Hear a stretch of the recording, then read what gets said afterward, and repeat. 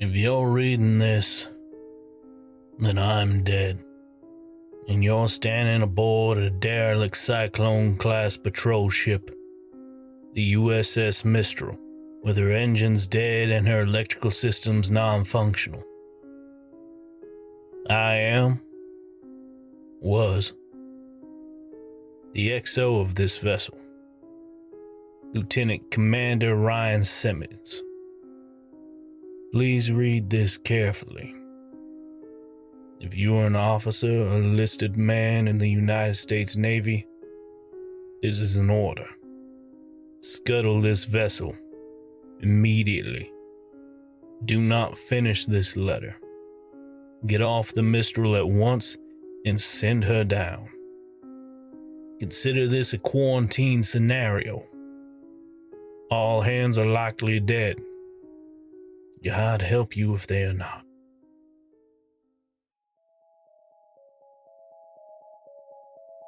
We are 8 days out of Kirkwall, tracking an intermittent, scrambled distress call from what appeared to be an Icelandic fishing vessel, the Magnusdotter, deep in the no-fishing zone of the North Sea. We found the vessel, or rather, we found a mile-wide streak of oil and fragments, the largest of them still burning. The night before, the enlisted man on watch had reported seeing a flash of light on the horizon. The Magnusdotter's crew was nowhere to be found, except for one lone fisherman, unburned and floating at the edge of the debris field. He had been shot in the forehead with a small caliber revolver. When we fished his pale blue corpse from the frigid water, he was still clutching a fishing knife in one clamped hand. What we were able to piece together from the fragmented and confounding evidence was that, for some unknown reason, the crew had been in conflict, resulting in the murder of at least one sailor and the eventual sabotage and destruction of the ship. Visibility was a few hundred feet as we spent the next few days drifting silently amongst the debris in hopes of finding a survivor. The crew was already visibly shaken by the discovery. The grim dread of the fog and the lone smoldering pieces of the Magnusdotter that collided with our hull unsettled even the most seasoned of us. We had expected an easy cruise and a simple retrieval of a dozen thankful Icelandic fishermen. What we got, at first, was a silent and oil-slick-coated sea, a single corpse, and more than a few nagging questions. The Mistral had just been serviced, after an extended tour with the Atlantic Fleet in Bahrain, before her transfer to the North Sea. She was in good running order, so I can only assume that the initial mechanical failure was an act of sabotage, or of some external force. It happened the first night, when our final sweep had been completed, and we returned to the site of the Magnusdotter's first transmission. There was nothing initially remarkable about the spot. A cold, lonely set of coordinates and little else. I was in my cabin, just settling down, when the call sounded from the captain, offering little information and just a stern order to meet him on deck. Dressing quickly, I emerged from my cabin into a cloud of palpable unease and fear. The enlisted men and the junior officers were cruising through the ship towards the deck like panicked rats. No one made eye contact or spoke. There was none of the usual gallows humor or camaraderie that bubbles up from situations of limited information. Just grim inertia that pulled us out into the Arctic night. On deck, the night was unnaturally clear and cold, and the bright of the stars burned in the frosty air. Around us in every direction, just a few hundred yards away, the fog and clouds whirled, as if held at bay by our presence. The captain was at the railing, leaning over with the man on watch. I approached him, suddenly desperate and panicked to know what was happening. When I saw it, the light flooding up from beneath us. The sea was flat, like the surface of a mirror. The water was black, reflecting the pale pinpricks of the stars. But beneath the surface, something glowed with a cold light. Pulsating shapes of violet, green, and deep cobalt blue shone from beneath. They flowed and merged and shimmered silently, deep below the glassy sea. We stared, 24 men and women, struck dumb and horrified by the sight. There was a sense of scale that emerged from the fluid movement of the lights. They seemed to be many fathoms beneath us, which would make them terribly large and impossibly fast. There were no solid shapes, and no disturbance of the water, just a deep field of liquid flowing light. We watched for what seemed like hours, entranced by the mesmerizing ballet of cold light, a mirror reflection of northern lights. When it ended abruptly, there were 3 almost simultaneous events. First, the lights seemed to contract, each mote freezing in place and collapsing like the iris of an eye in the bright sunlight. Secondly, there was a tremor in the air that raised the hair on the back of my neck. As the ghostly lights winked out of existence, it rose in intensity until I thought my eyeballs might shake their way out of my head. Through the fog of sudden pain, I heard a noise rising above the Arctic wind, a humming vibration from the Mistral herself that matched the electrical shuddering of my skull. It was as if every light bulb aboard the Mistral was suddenly flushed with power, flaring brightly and buzzing noisily in their housings. And when the wine had reached a fever pitch, it began to pop and shatter among the scatter of sparks.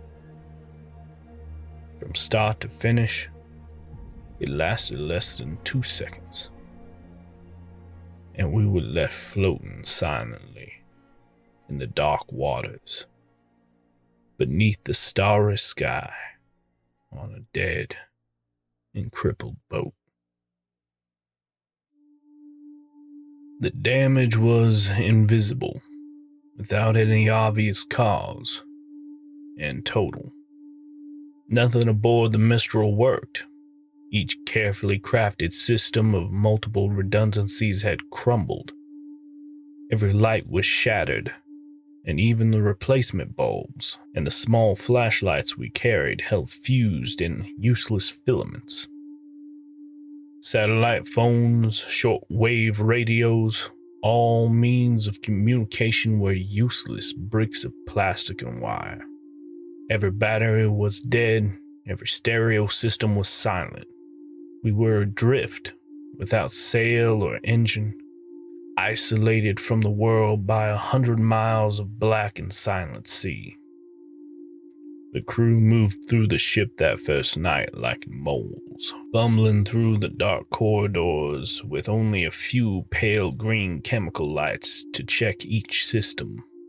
They relayed each disheartening message like a fire brigade through the darkness, to where the captain and I stood on the deck, trying to make sense of the senseless. When nothing else could be done, I fumbled my way back to my cabin and tried to sleep, the darkness feeling like an oppressive many-fingered hand, slowly gripping my chest.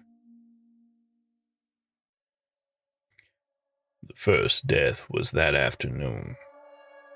The sounds of screaming brought me above deck and into the thick, heavy fog. High in the gloom, I could see the bright burning specks of a light descending slowly. My stomach turned.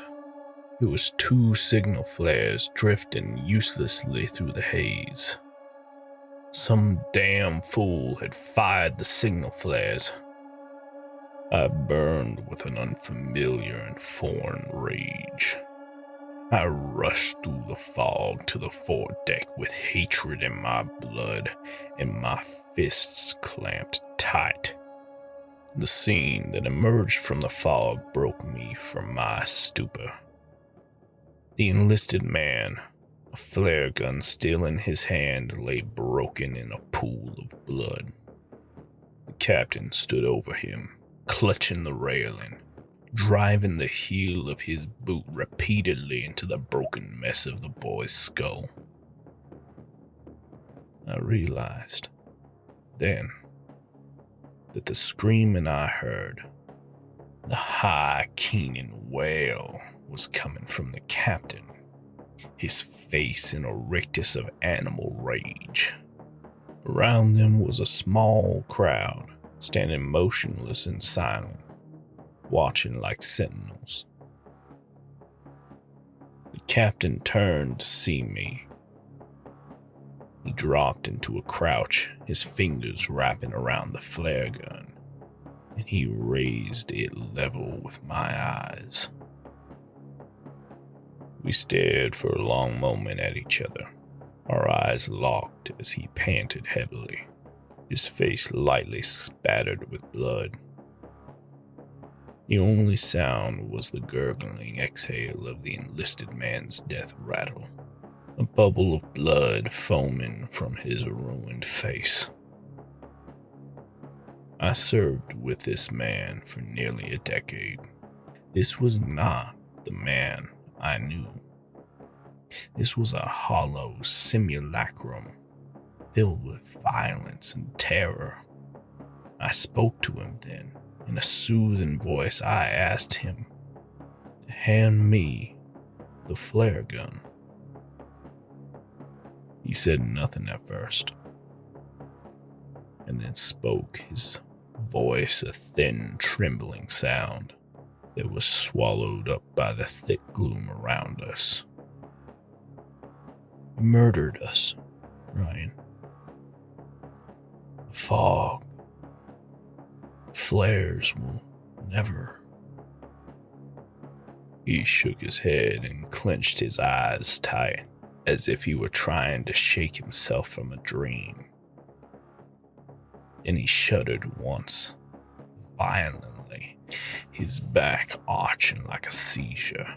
This little fucker killed us, he choked out.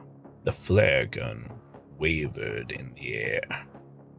I took a step closer, reaching out for it. He opened his eyes and I froze again as we stared silently at one another.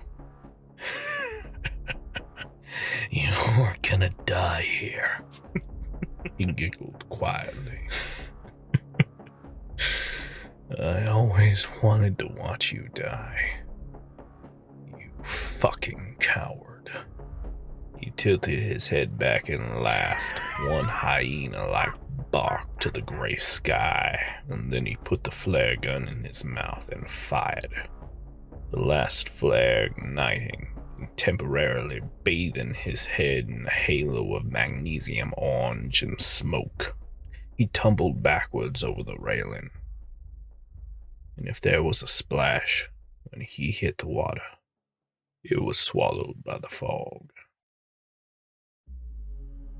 I stood for what seemed like a very long time. It slowly dawned on me that I was alone, the silent audience having melted away below decks, no doubt taking the grim tale with them. I feared for morale, an absurd concern, I realize now, but could not move from the spot, as if sheer force of will could cause the sea to regurgitate this man, my friend. The first shot broke me from my reverie. In the emergency lockers, I found that a handful of flare guns remained, and I stuffed one into each pocket and entered the dim passageway to below deck. Over the hollow retort of gunshots, other muffled sounds began to emerge. Choking sobs and screams of pain and anger, all bringing the faint impression of the copper smell of blood.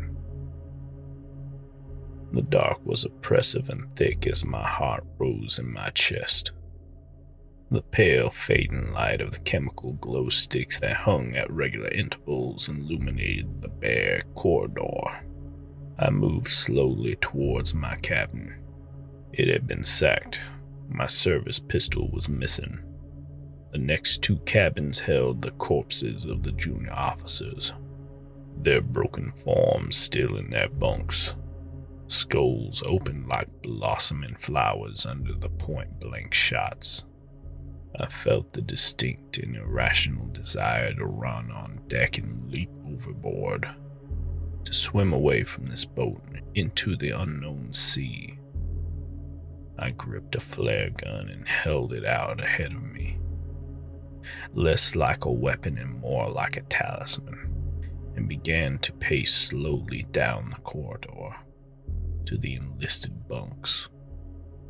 The door was wide open. The smell of blood and fear and shit was nauseating. My eyes slowly adjusted to the dim. I saw a field of bodies torn, shredded, and shattered by bullets and makeshift clubs. A few of the men still moved, twitching slightly. I watched in frozen terror as one man, his face a mask of blood and rage, turned up his head to regard me.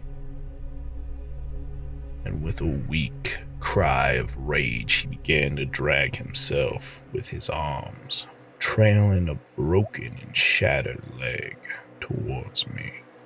From the shadows, another form pounced on him, a boot digging into the wounded man's back with a wet cracking sound.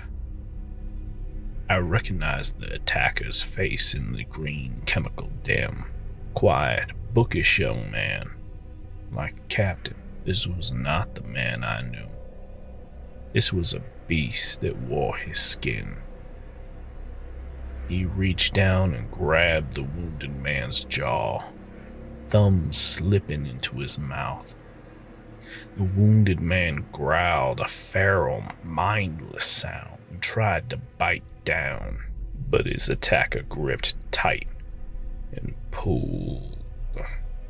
The jaw came off with a sound of tearing tendons and ululating shriek. It vanished into the air. I was no longer breathing, holding silently at the entrance. But the attacker snapped his head to see me, nostrils flaring. The jawbone hit the floor with a meaty sound, and he lunged towards me with silent animal grace.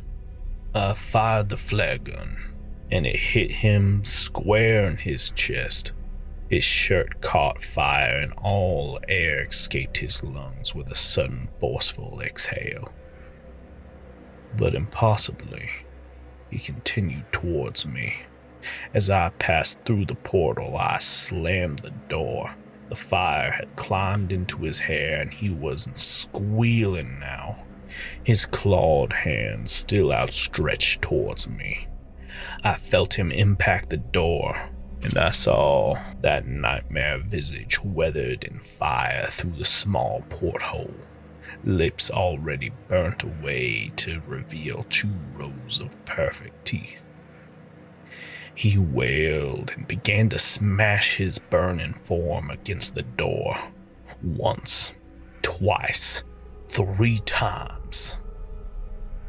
In silence, I raised my eyes to the porthole and saw only the faint image of the burning shape as it disappeared into the darkness. All conscious thought evaporated, and I fled from that charnel house. I have barricaded the entrance to the below deck now, and have doomed myself to slow death at the hands of the enveloping cold. I can still hear the living ones down there, screaming and banging on the doors. They are not the men that I knew. I console myself with this thought as I leave them in the dark to starve or murder each other. If you read this far and have not fled these waters, or God forbid, you are still aboard the Mistral, then I beg you again, leave now while you can. Do not look below deck. There are none of us left to save. Certainly none worth saving. It's cold now,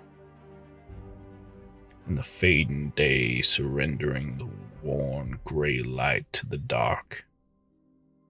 There are no stars this night. Nothing but the heavy blanket of night. If I could get below deck, I would find some way of destroying the Mistral, like the brave men of the Magnusdotter. But it's too late. The most I can make of my last moments, as all feeling flees my extremities, and riding becomes impossible, is a warning. Please, send us into the deep. Tell no one you found us, and never return. There are things and primal desires older than man, and forces beyond the grasp of our simple minds. They dwell here, beneath the frozen sea.